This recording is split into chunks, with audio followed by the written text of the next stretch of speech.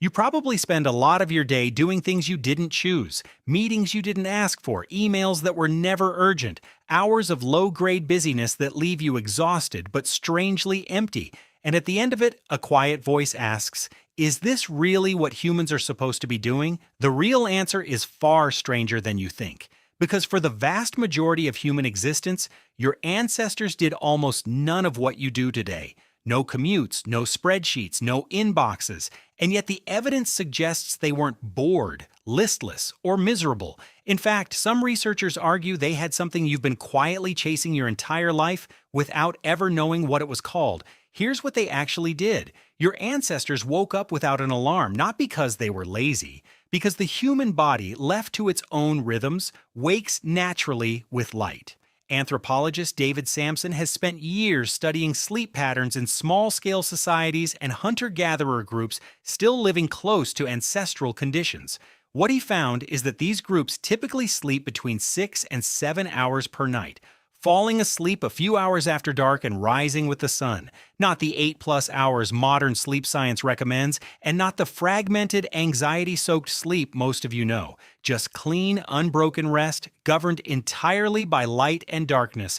The morning didn't begin with a screen. It began with fire, with warmth, with the slow social business of waking up together. Camp life in forager societies is deeply communal. You would have woken among people you had known your entire life, in a space you shared, in a group small enough that every face was familiar. The cognitive load of navigating social anonymity, which is a low-level stress nearly everyone in modern life carries constantly, simply did not exist. Then came the work, but not in the way you understand it.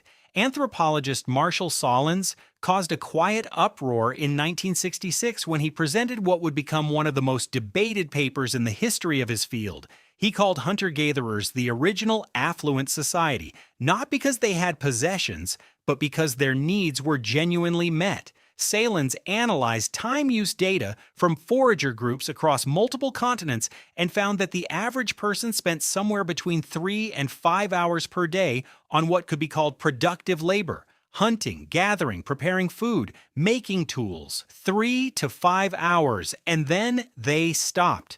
The rest of the day was theirs. What did they do with it? They talked, they rested, they played, they groomed each other, a behavior that in primates is far less about hygiene than about social bonding. They told stories, they sang, they made things with their hands for reasons that had nothing to do with commerce. The line between work and not work, between obligation and pleasure, barely existed. You would have moved through your day in a way that felt less like grinding through a task list and more like simply being alive inside a community. This is not a romantic fantasy. It comes with real hardship. Injury was dangerous, childbirth was dangerous, drought meant hunger, the absence of modern medicine meant that a fever that would keep you in bed for a week today could kill you in a month. Life was not soft, but it was, in some measurable sense, human. Psychologist Mihaly Csikszentmihalyi spent decades studying what he called flow, the mental state in which you are so fully absorbed in what you're doing that time disappears, self-consciousness dissolves, and you feel an almost effortless sense of mastery and engagement. He found that flow is most commonly triggered by tasks that are challenging but not overwhelming, that require real skill, and that have clear, immediate feedback. Building a shelter, tracking an animal, weaving, carving, preparing a fire. These are exactly the kinds of tasks your ancestors spent their days doing. You are wired for this kind of work, and most of your waking hours now are the opposite of it. Modern work is often fragmented, abstract, and divorced from visible outcome. You spend energy on things whose effects you cannot see. You complete tasks whose purpose you cannot fully explain. And the feedback loop that your nervous system was built to crave, the direct, immediate signal that what you did worked, is gone, replaced by metrics you check on a screen. This is not a complaint, it's a diagnosis, because here's the thing about your brain in 2025. It is functionally identical to the brain that walked out of Africa 70,000 years ago. Your attention system, your reward circuits, your social wiring, your nervous system's response to uncertainty and threat, all of it was calibrated for a world your ancestors lived in for hundreds of thousands of years.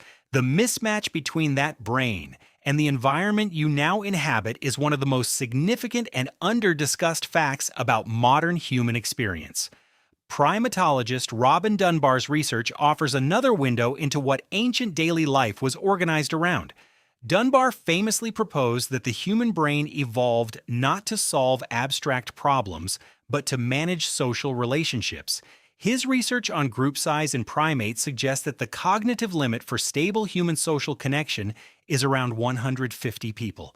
Your ancestors would have spent enormous amounts of their day in the business of maintaining those relationships, negotiating, cooperating, sharing information, resolving conflict, checking in. In a group of that size, your social identity and your survival were the same thing. You still carry that need. It shows up every time you feel the urge to check whether someone replied, to find out where you stand, to know what the group thinks. The difference is that the group is now faceless and infinite and algorithmically curated, which is, to put it plainly, not what that need was built for. Your ancestors also moved, substantially. Studies of contemporary forager populations like the Hadza of Tanzania, one of the most studied hunter-gatherer groups in the world, show that adults walk an average of 8 to 10 kilometers per day on flat terrain. They squat, they climb, they carry, they crouch, they stand, not on a treadmill or inside a gym, but as an integrated part of daily life. Movement was not a scheduled activity separate from living, it was the texture of living. This matters more than most people realize. Your body was built by movement, not intense, punishing, optimized movement, just persistent, varied, purposeful, physical engagement with the world. Every system in your physiology, your cardiovascular health, your mood regulation, your cognitive function, your sleep quality, benefits from this kind of activity in ways that researchers are still only beginning to fully map. And then there was the fire. Anthropologist Wiessner published a study in 2014 comparing what the Zhuangzi people of southern Africa talk about during daylight hours versus what they talk about around the fire at night. Daytime conversation, practical, economic, interpersonal, but at night, around the fire, something shifted. Stories dominated, stories of distant places, of people not present, of spirits and animals and the deep past. Wiessner argued that firelight conversation catalyzed the kind of imagination and extended social bonding that may have been a key driver of the cognitive and cultural explosion that defines modern human beings. Your ancestors sat around fires for hundreds of thousands of years. It may be one of the most profoundly human things there is, and in its place, you now sit in front of a different kind of light, late at night, alone, scrolling.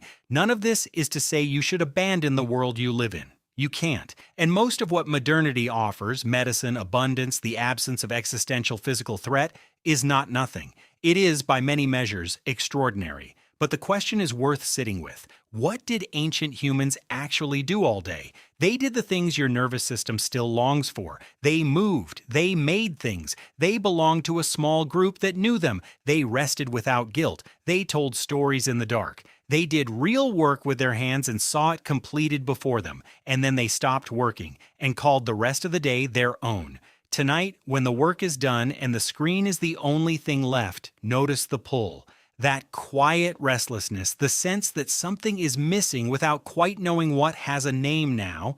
It's a brain that was built for a different day, still waiting for the fire to be lit.